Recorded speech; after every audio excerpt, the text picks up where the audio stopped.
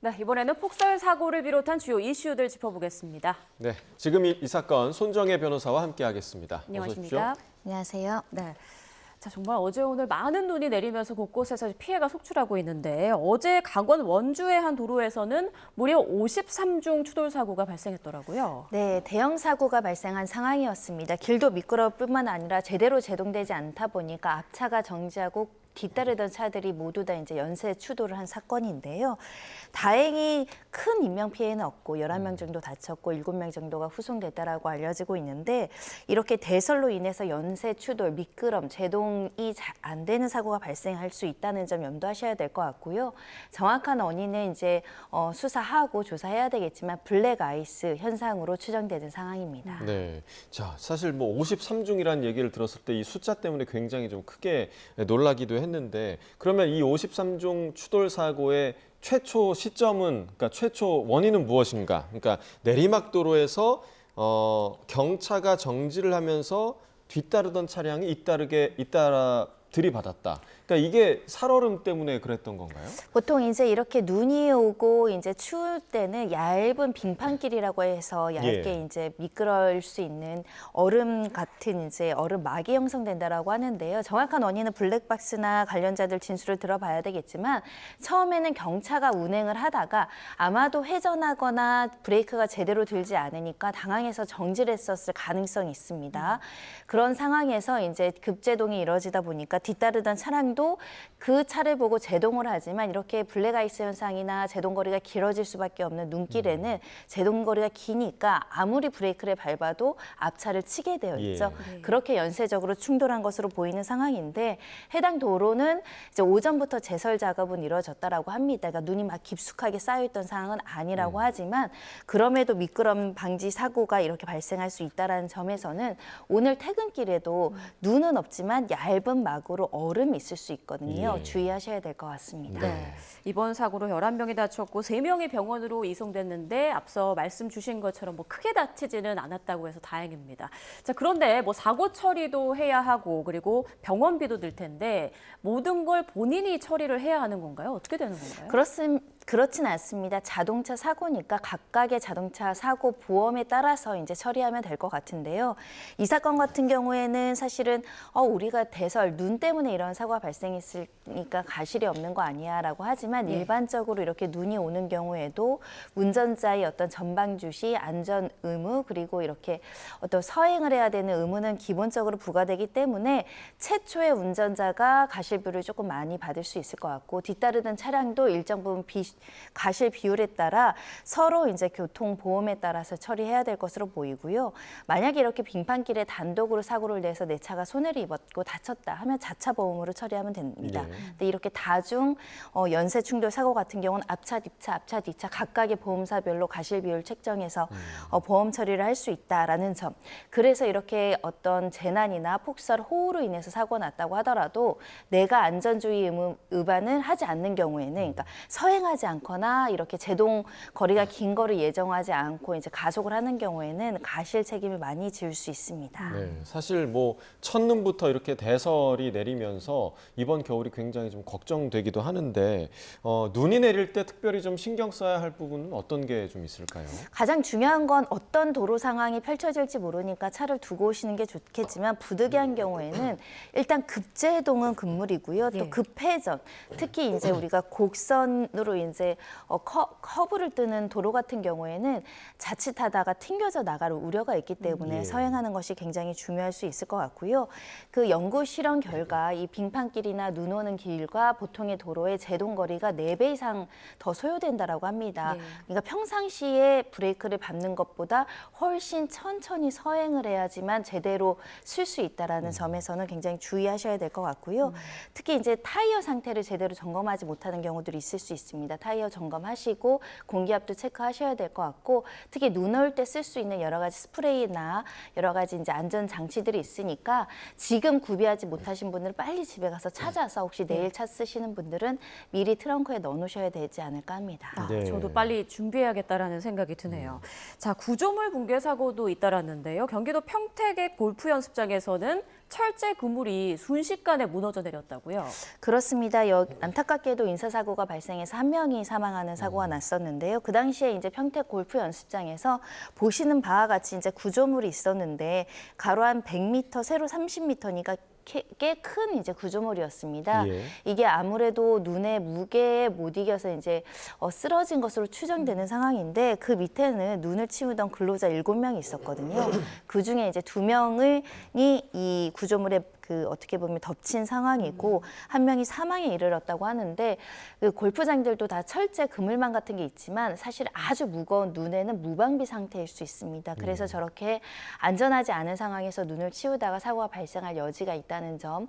그래서 현재 이렇게 어떤 안전장치 없이 근로자가 일을 하다가 다치면 산재 처리가 되는 부분이 있으니까 안전관리 책임자, 감독자들도 지금 대설에 특별히 주의해서 업무를 시켜야 되지 않을까 합니다. 네, 저희가 조금 전에도 곳곳에 이제 축사 상황을 살펴보기도 했는데 소들이 또 갇혀 있고 하는 그런 안타까운 모습을 보기도 했거든요. 그러니까 이번 눈이 유독 많이 무거웠던 것 같아요. 그러니까 습기를 머금는 눈이었기 때문에 훨씬 무겁다라고 이제 기상청에서도 밝히는데 굉장히 이제 축축한 눈이라고 저는 편하게 표현을 한다라고 한다면 건조한 눈보다는 훨씬 더 무거울 수밖에 없겠죠. 예. 특히 일반 비닐하우스 지붕 같은 경우 플라스틱이나 경량으로 되어 있는 건 쉽게 무너질 수 있다라는 점. 그래서 눈을 치우기 위해서 저렇게 지붕을 올라가다가 한꺼번에 사람의 체중 때문에 더 무너질 수 있다는 염려가 있다는 점에서는요. 지속적으로 관찰을 하되 위험한 행동은 하시지 않으셔야 될 것 같고요. 특히 이 화성의 축사 같은 경우도 갑자기 무너지니까 그 아래에 있던 소들이 지금 오도 가도 못한 상태로 사실은 일부는 또 폐사 가능성도 있는 상황이어서 네. 이 농장을 운영하시는 분, 비닐하우스를 운영하는 분, 이제 시골에 이제 지붕이 좀 약하신 분들은 예. 정말 주의하셔야 될 것 같습니다. 네, 이제 날도 추워서 얼른 소들이 좀 무사히 구조됐으면 하는 바람이고요. 의왕도깨비 시장 지붕 천막도 무너졌더라고요. 그 장면을 좀 함께 보면 좋을 것 같은데, 자, 의왕시장 지붕 천막이 이렇게까지 무너져도 되나 싶을 정도로 처참하게 무너져 내린 모습을 확인할 수가 있었어요. 네, 시장 같은 경우는 보통 공동의 인력으로 굉장히 관리를 하기 때문에 한꺼번에 저렇게 무너질까 할 수 있는데 실제로 무너졌다라고 하고요. 다행히 인명피해는 크게 없었던 것이 새벽 2시 57분경, 그러니까 새벽에 계속 눈을 맞다가 눈의 하중을 이기지 못하고 저렇게 이제 무너졌다라고 알려지고 있는데요. 지금 전국에서 곳곳에서 이렇게 천막 붕괴 사고가 종종 있습니다. 네. 그런 만큼 저렇게 이제 눈이 쌓여 있는 상황에서 눈을 제대로 치우지 않은 구조물은 특히 유의하셔야 되고 사람이 그 밑으로 들어가서 또 어떤 업무를 하는 것도 굉장히 주의하셔야 되지 않을까 합니다. 네, 조금 전에 저희가 이제 안양 농수산물 도매시장 그 청과 시장이 무너지는 모습을 CCTV를 통해서 보여드리기도 했는데 이렇게 되면 여기서 장사를 하셨던 분들, 그러니까 상인들도 당분간은 장사를 못 하게 되는 거 아닙니까? 복구 작업을 한다라고는 하지만 적어도 이제 수일 최소한 걸리는 상황이고 또 여러 가지 완전 복구까지는 시간이 소요되고 또 공사하는 과정에서 또 일반 시민들이 오는 걸 꺼릴 수 있기 때문에 상당한 그 재산적 손해, 예. 영업적 손실이 불가피한 측면이 있을 것 같습니다. 일단 장사는 어떻게 하냐 이렇게 인근 상인들은 직접 피해 발생한 것보다 앞으로 발생한 손해도 굉장히 막막한 심정이다라고 밝히고 있습니다. 네, 앞서 뭐 축사가 붕괴되기도 하고 비닐하우스가 파손되는 등 농가 피해도 상당한데 이렇게 날씨로 인해서 좀 피해를 받았을 경우 조금이라도 보상을 받을 수 있는 방법은 없나요? 이상기후 현상이 앞으로도 계속 발생할 것 같습니다. 그러니까 갑자기 비가 오고 갑자기 눈이 오고 갑자기 덥고 춥고 이런 일에 대비해야 될 것 같은데요. 일단 이런 것들을 위해서 만든 보험이 이제 풍수의 보험입니다. 그러니까 자연재해 때문에 발생하는 손해를 보상을 해주는 건데 이 보험료도 이제 지자체나 행안부에서 지원하는 경우가 있기 때문에 꼼꼼하게 이런 것들이 가입되어 있는지 살펴보시고 특히 주택이나 일반 상가 같은 경우도 화재 보험을 들 때 특약으로 소액이지만 이렇게 특약으로 추가하게 되면 이렇게 풍수의 보험으로 이런 대설에 대해서 이제 보상해 주는 제도가 있다 보니 이런 것들 좀 적극적으로 고려해 봐야 될 것 같고요.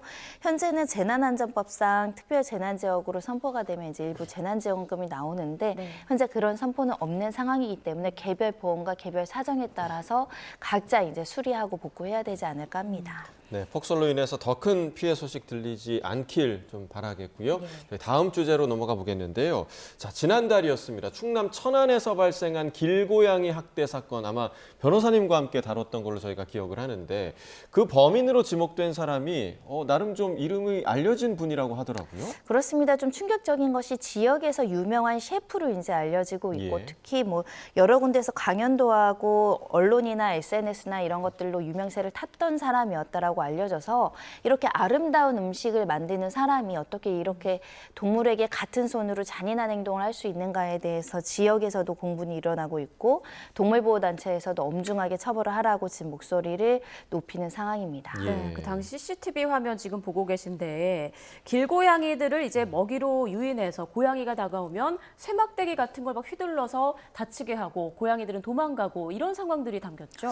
네, 좀 잔인한 수준이었다라고 말씀드릴 수 있는 게요. 쇠막대기로 그 때린 것뿐만 아니라 몸부림치는 그 고양이를 가만히 지켜보는 장면도 담겨 있고 특히 이제 장애인, 그 시각장애 고양이에 대해서도 학대를 하는 장면이라든가 뭐 머리에는 뭐 담뱃불로 지진 흔적이 있다라던가 다리가 골절돼서 이제 주저앉은 고양이를 상대로 계속해서 학대하는 행위가 담겨 있고 실신된 고양이를 또 지켜보는 장면. 이 종합적으로 봤을 때는 굉장히 좀 어떻게 보면 잔인하게 학대를 했고 또 반복적으로 장시간 했다 이렇게 평가할 수 있고요. 특히 이게 한 천안의 마트에서 고양이 이제 급식소, 그러니까 이게 길고양이들을 어떤 사람들은 보호하려고 급식을 주는 그 장소에 찾아가서 했다는 측면에서는 계획적이기 때문에 더 재질이 좋지 않다라고 보이는 사건이었습니다. 네, 사실 뭐 저희가 CCTV로 이 장면을 다 봤고 이 CCTV가 증거가 될 수 있기 때문에 이 남성이 범행 자체를 부인할 수는 없을 것 같은데 어떤 처벌을 저희가 좀 예상해 볼 수 있을까요? 일단 동물보호단체에서 동물보호법과 이 건조물 침입죄로 이제 고발 조치했던 사건이고 예. 동물학대가 적용돼서 이제 이렇게 잔인한 방법으로 상해했다라는 부분에 대해서는 학대 처벌을 받을 건데요.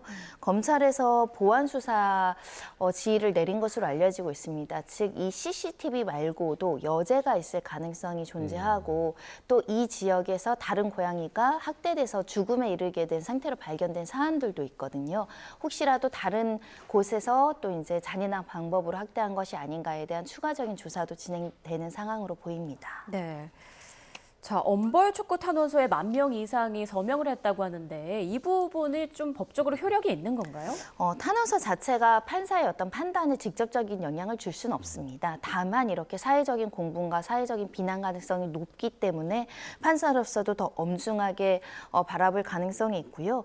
동물학대 관련해서 동물보호법은 조금씩 양형과 법정형이 높아지고 있습니다. 뭐 3년 이하의 징역, 뭐 2년 이하의 징역 이렇게 규정되어 있는데 다른 범죄인 건조물 침입죄와 또 경합으로 가중될 가능성도 있고 상습적으로 했다라고 한다면 더 엄격하게 처벌될 수 있기 때문에 저 CCTV의 그 마트에서만 행한 것인가 다른 곳에서도 이렇게 고양이를 학대한 것인가에 따라서도 또 양형은 달라질 수 있을 것 같습니다. 네, 알겠습니다.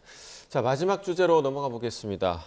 민주당에서 검사 3명에 대한 탄핵을 추진하면서 지금 정치권이 상당히 시끄러운 상황인데 그 탄핵 대상이 누구고 또 그 이유가 어디에 있는지 좀 궁금합니다. 네, 어떻게 보면 민주당과 검찰의 이제 싸움이다 이렇게 보실 수 있을 것 같고요. 이 그 탄핵으로 이제 지목된 검찰은 이창수 서울지검장을 비롯해서 조상원, 최재훈 등 3명에 대한 탄핵 소추안을 이제 표결에 붙일 예정이라고 하는데요.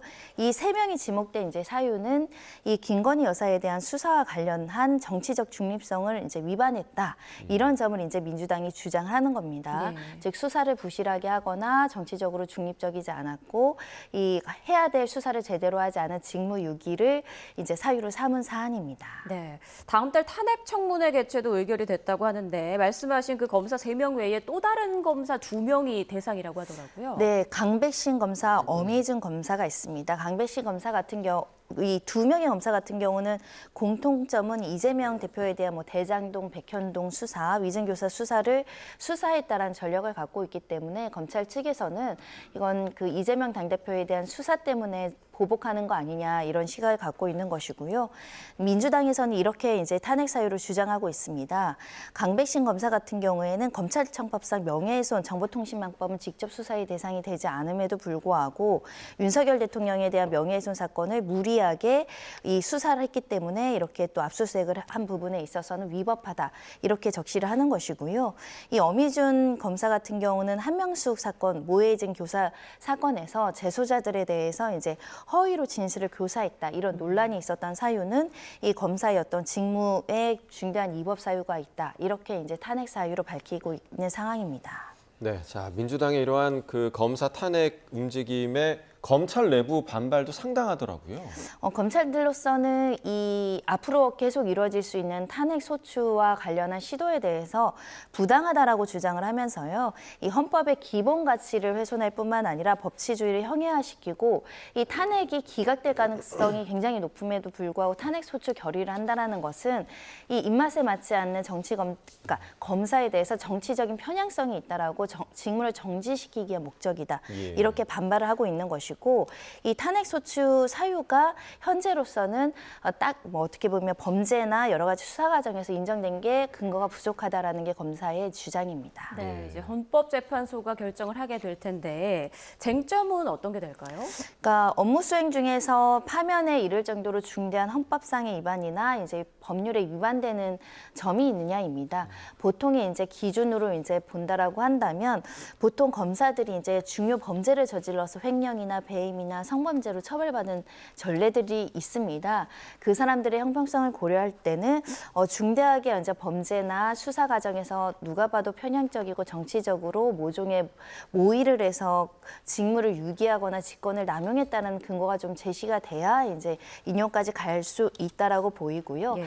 일단은 탄핵소추 결의까지는 민주당 의결수로 되지만 여기 헌재에서 실제 탄핵안이 인용이 되려면 그러니까 9명 중에 6명, 3분의 2가 이제 찬성을 해야 되는 부분이기 때문에 기각까지는 상당히 좀 어려운 측면도 있어 보이긴 합니다. 네, 자 사실 뭐 앞서도 민주당이 몇 차례 그 검사 탄핵 소추안을 추진한 적이 있긴 했지만 헌재를 통과한 적은 없었거든요. 그 통과하지 못한 이유 어디에 있었을까요? 근거가 부족하고 중대한 위반 사유가 아니라고 본 사례들도 있었고요. 판사 탄핵 소추 같은 경우는 이미 이제 직무에서 이제 사임한 상태이기 때문에 각하된 사례도 있었는데 이 민주당은 지금 헌법재판소에서 기각될 가능성을 알고도 신청한다고 보입니다. 예. 한마디로 이렇게 어떤 검찰이 정치적인 중립을 위반했을 때 국회가 할 수 있는 권한으로서 탄핵 소추를 한다라는 정치적인 주장을 이제 힘을 실기 위해서는 탄핵 소추라는 것을 하는 것이고 보통은 헌법재판소에서는 근거가 어느 정도 수사나 관련된 국정조사나 근거가 명확해야 어느 정도는 이제 탄핵에 근거가 존재한다라고 인용을 해주기 때문에 시간은 조금 걸리겠지만 이 검사들에 대한 통과가 쉽게 통과되지는 않지 않을까라고 생각해 봅니다. 예. 네. 폭설 상황부터 검사 탄핵 추진 이슈까지 짚어봤습니다. 손정혜 변호사와 함께했습니다. 고맙습니다.